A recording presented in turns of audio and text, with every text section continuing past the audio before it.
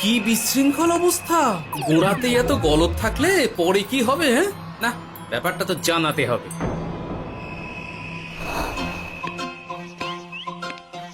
এই তো মহারাজের প্রিয় গোপালও চলে এসেছে।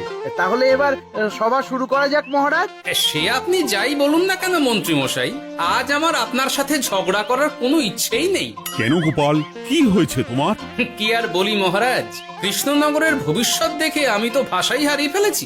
বলো কি, কৃষ্ণনগরের ভবিষ্যৎ? তা শুনি খুব ভালো কিছু নিশ্চয়ই। এতে আর শোনার কি আছে মহারাজ, অবশ্যই ভালো হবে। সে কথা তো আমি একবারও বলিনি মন্ত্রী মশাই।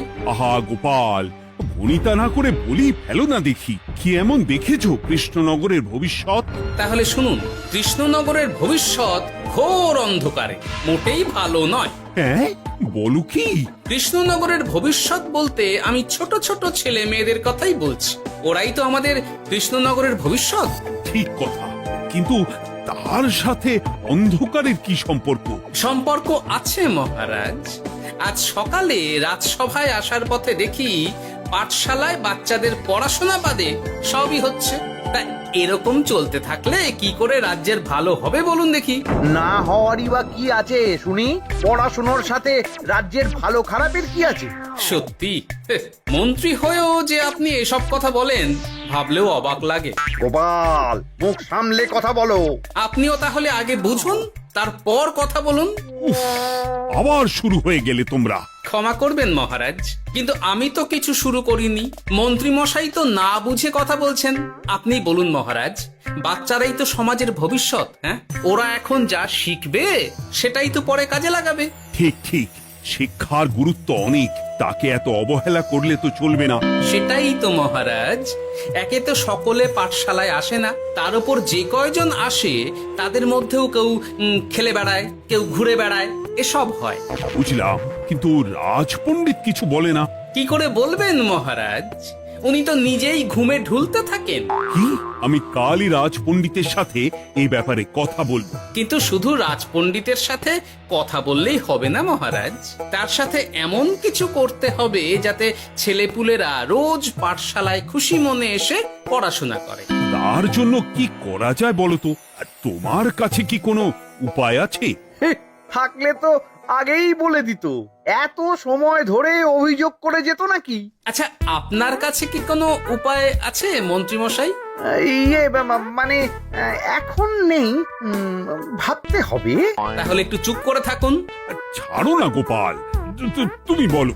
আমি বলছিলাম, ওই বাচ্চাদের পাঠশালার প্রতি আগ্রহ আনার জন্য যদি একবেলা ভাত, ডাল, দুধ, ডিম ইত্যাদি খাওয়ানো যায়, তাহলে সেটা কার্যকর হবে বলে মনে হয়। অসম্ভব! রাজ্যের কত খরচ বেড়ে যাবে জানো?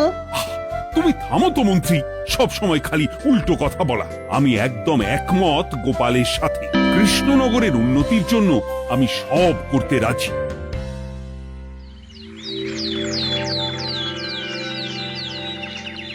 তোমার কিছু বলার আছে পণ্ডিত পাঠশালার এই অব্যবস্থার ব্যাপারে? আজ্ঞে মহারাজ, অনেক ভোরে উঠি তো, তাই একটু চোখ লেগে যায় আর কি। চোখ লাগারও আর সময় পেল না তোমার? পড়ানোর সময়ই চোখটা লাগতে হলো। যাই হোক, যা হওয়ার হয়ে গেছে, আর যেন এমন না হয় সেটা কিন্তু মাথায় রেখো। আজ্ঞে মহারাজ, কথা দিচ্ছি আর কোনোদিন পড়ানোর সময় ঘুমোবো না। বেশ, আর মন্ত্রী, তোমার উপর একটা দায়িত্ব আছে। বলুন মহারাজ। তুমি পাঠশালাতে পড়াশোনা শুরু করতে পারবে এমন বয়সী সকল বাচ্চাদের মোট সংখ্যাটা জেনে কোনো দোকানদারের কাছে গিয়ে সেই পরিমাণ শস্যপাতি আর ডিমের বায়না দিয়ে আসবে। আর হ্যাঁ, একজন ভালো রান্নার ঠাকুর জোগাড় করো। যথাজ্ঞা। আরে বাস, এ তো দারুণ সুযোগ। এই ফাঁকে আমারও কিছু লক্ষ্মী লাভ হতে পারে। গোপাল, তোমারও একটা দায়িত্ব আছে। হ্যাঁ, বলুন মহারাজ। মন্ত্রী যে দোকানদারের কাছে সব জিনিসপত্র বায়না দেবে, সেখান থেকে জিনিসপত্রগুলো নিয়ে তুমি রোজ পাঠশালায় পৌঁছে দেবে, কারণ এসব ব্যাপারে মন্ত্রীর ওপর আমার ভরসা নেই। ঠিক আছে মহারাজ।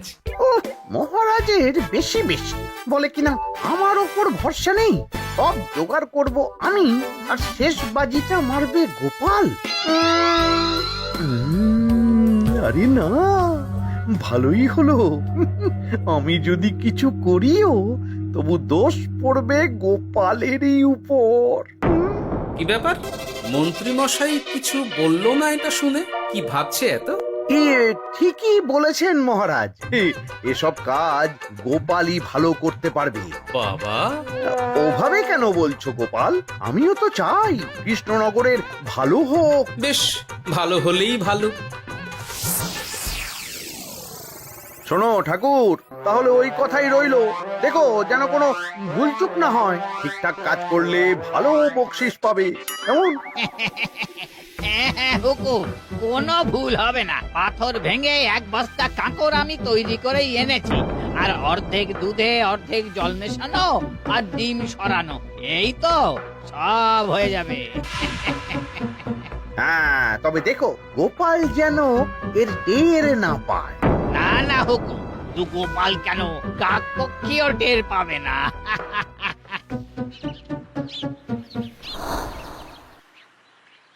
যাক বাবা, এবার শুধু জিনিসের দামটা মহারাজকে বাড়িয়ে বললেই কাজ হাসিল।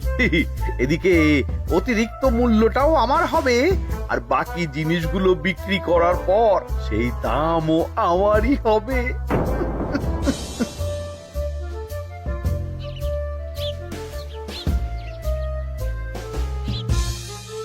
ওরে, কোথায় যাচ্ছিস সব তোরা? কাল থেকে অবশ্যই সব পাঠশালায় যাস, কিন্তু বন্ধুদেরও বলিস যেতে। ভাত, ডিম, দুধ, আরো কত কি ভালো ভালো সব খাবার দেওয়া হবে রে। তাই ডিমও দেবে? হ্যাঁ রে, মহারাজ এই নতুন নিয়ম করেছেন। আমি নিজে গিয়ে জিনিসপত্র দিয়ে আসবো। কি মজা, আমি তো তাহলে রাত যাব পাঠশালা। আমিও যাব। বেশ দারুণ ব্যাপার হলো তো, এবার তো রোজ পাঠশালা যেতেই হবে। আচ্ছা বেশ, এবার চলি তাহলে।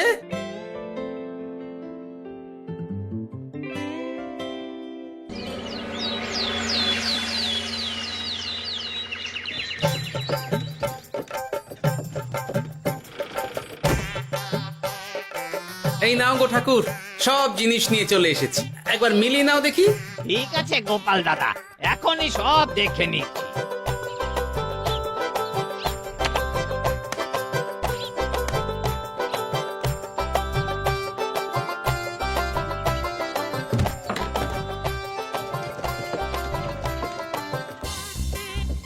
যাক বাবা, গোপাল দাদা গেছে। এবার মন্ত্রী মশাইয়ের কথা মতো সব করলেই কেল্লা ফতে।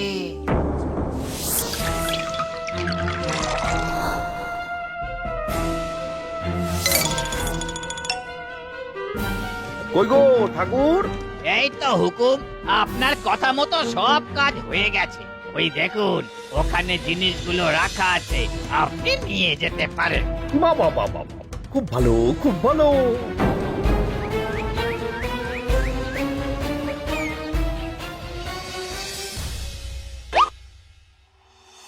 ও কি, অর্ধেক ডিম দিলে যে, বাকিটা কোথায়? কিসের বাকি? ডিমটা অমনি দেখতে। বললেই হলো, ডিম কখনো অর্ধেক হয়? বাকিটা কোথায় বলো, নইলে কিন্তু। আরে বাবা, তুমি ডিম খেতে খুব ভালোবাসো বুঝি? হ্যাঁ তো। তাহলে এটা জানো না যে অর্ধেক ডিমের দ্বিগুণ শক্তি হয়? সত্যি? হ্যাঁ, তা নয় তো কি মিথ্যে? ওই জন্যই তো আমি তোমাদের সকলকে অর্ধেক ডিম দিই। আরে বাস, এটা তো আমরা কেউই জানতাম না। ঠিক আছে, আমি আমার সকল বন্ধুকে এটা জানাবো। যাক বাবা, বিশ্বাস করলো তবে, নইলে আর একটু হলেই ধরা পড়ে যেতাম।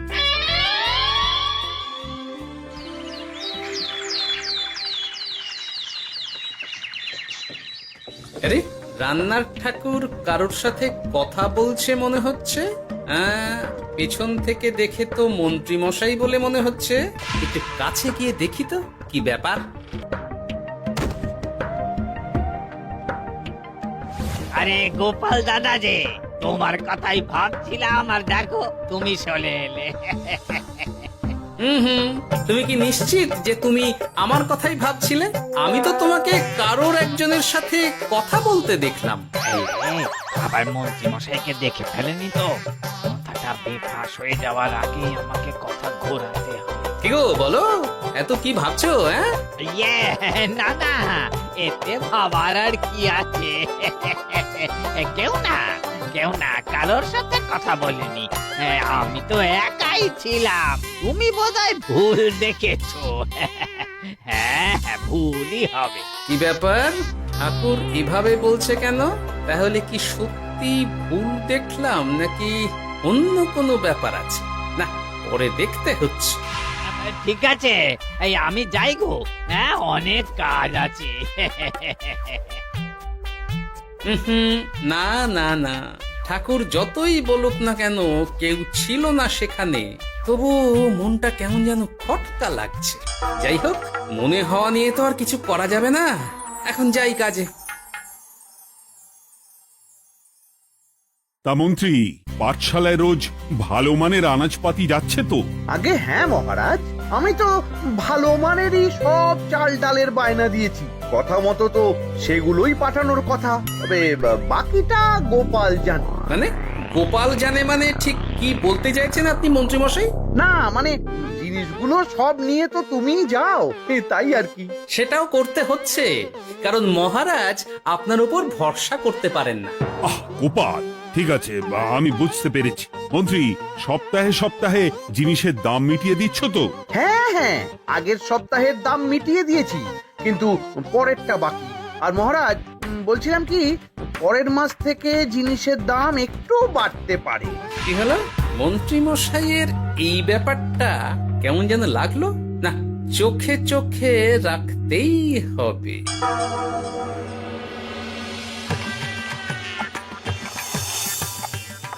কিরে বুটি, তুই অর্ধেক ডিম খেয়ে বাকি অতটা রেখে দিলি কেন? রান্নাটা ভালো হয়নি বুঝি? না গো দিদা, খুব ভালো হয়েছে। আমি তো আসলে এখন এমনই খাচ্ছি। শিখিরি, কেন রে পুটি? তোর তো ডিম খুব প্রিয় ছিল রে। এখনো ভালো লাগে। তাহলে পুরো ডিম খাচ্ছিস না কেন? এ বাবা, তুমিও জানো না, অর্ধেক ডিমের শক্তি গোটা ডিমের থেকে বেশি, মানে দ্বিগুণ শক্তি। কি বলে কি গো? এই তোকে এমন কথা কে বলেছে রে? ওমা, কেন? পাঠশালার রান্নার ঠাকুর আমাদের তো রোজ অর্ধেক ডিমই দেয়, ওই জন্য আমি একদিন জিজ্ঞেস করেছিলাম, তখন বলল অর্ধেক ডিমের দ্বিগুণ শক্তি হয়। বলিস কি রে? এতদিন ধরে এসব চলছে? না, মহারাজকে জানাতে হবে।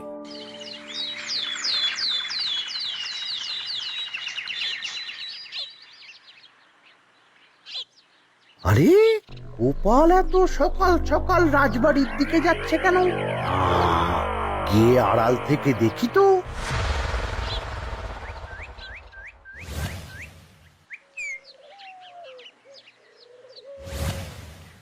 বলো গোপাল, কি হয়েছে?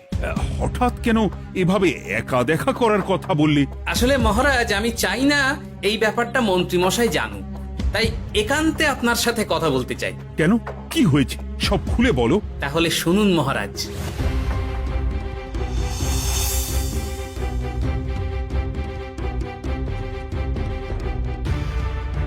কি সাংঘাতিক ব্যাপার! আমি এখনই ওই রান্নার ঠাকুরকে কারাগারে বন্দি করার আদেশ দিচ্ছি। না না মহারাজ, সেটা ভুলেও করতে যাবেন না। আমার এই পুরো ব্যাপারটাতেই সন্দেহ আছে। পুরো পরিকল্পনার পেছনে মনে হচ্ছে অন্য কেউ আছে মহারাজ। তুমি ঠিক কার কথা বলতে চাইছো? প্রমাণ ছাড়া তো আমি কারো নাম বলতে পারবো না মহারাজ। এই রে, গোপাল বোধহয় সবটা বুঝতে পেরেছে। এবার কি করে নিজেকে বাঁচাই? কি করি? পেয়েছি। শোনো ঠাকুর, এখন কিন্তু মহারাজ সবটা জেনে গেছে, তাই দেখো যাই হয়ে যাক না কেন আমার নামটা যেন না আসে, নইলে কিন্তু তোমাকেই রাজ্য ছাড়া হতে হবে। না না হুকুম, দয়া করে এ কাজ করবেন না। আমি মরে গেলেও আপনার নাম নেব না। মাথায় থাকে যেন। বলো বলো, তুমি কেন এমন করেছো? আগে আগে আমি নিজে থেকে এসব করিনি মহারাজ, আমাকে এসব করার জন্য বাধ্য করা হয়েছে। কে তোমাকে সব করতে বলেছে? আগে গোপাল দাদা। কি? মিথ্যে কথা। বেশ হয়েছে, এবার ঠেলা বুঝুক গোপাল। দেখলেন মহারাজ, খুব ভরসা করতেন না আপনি গোপালের ওপর? ভাবা যায় তলে তলে এই। মহারাজ, আমি সত্যিই সবকিছু করিনি। আমি যদি এটাতে যুক্ত হতাম তাহলে কি আপনাকে নিজে থেকে এসব জানাতাম?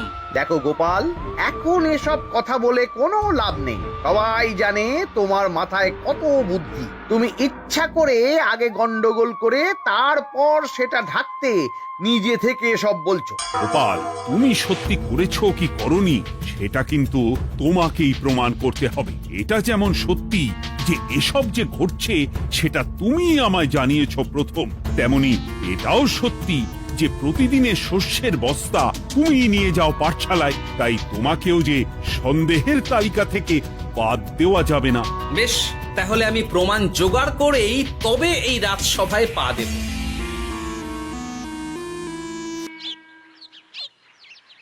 আজকের পরে আমি আরো নিশ্চিত যে এসবের পিছনে মন্ত্রীমশাই যুক্ত আছে।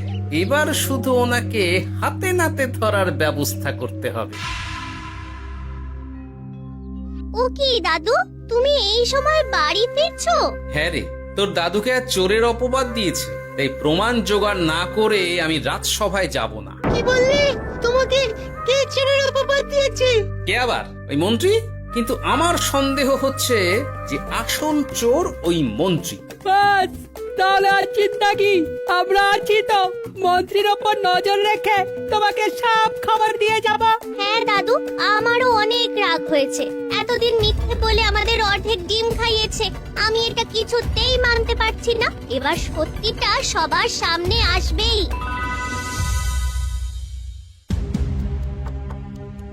নাও নাও, আজকে চাল ডাল সব এই বস্তাতে আছে।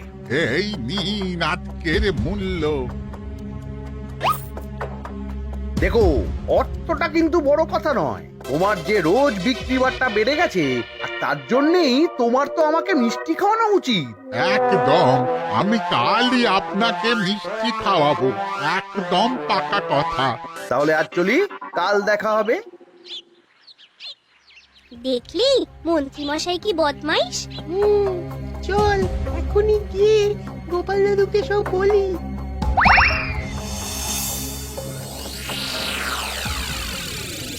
তাহলে এটাই হলো আসল ব্যাপার। খাওয়াচ্ছি ওকে মিষ্টি।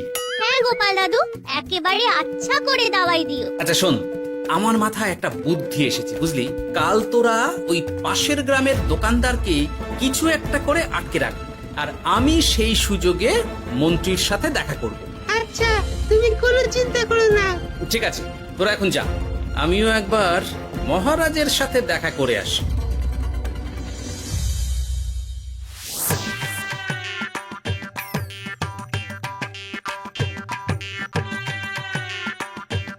আসতে পারি মহারাজ? আরে গোপাল জি, এসো এসো। মহারাজ, কথা মতো আমি প্রমাণ জোগাড় করে ফেলেছি, কিন্তু সেটা দেখার জন্য আপনাকে কাল আমার সাথে একটা জায়গায় যেতে হবে। বেশ, আমি যাব।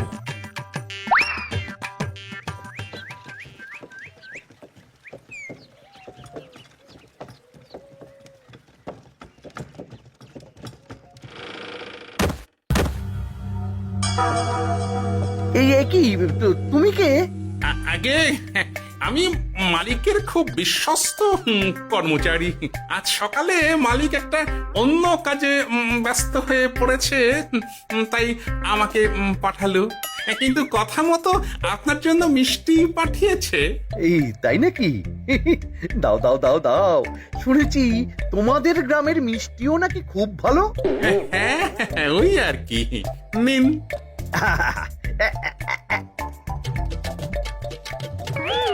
এই, ওরে বাবারে, ওরে বাবারে, মরে গেলাম রে, বাঁচাও। কেমন চলে গেল, লাগছে চলে গেল। মন্ত্রী মশাই?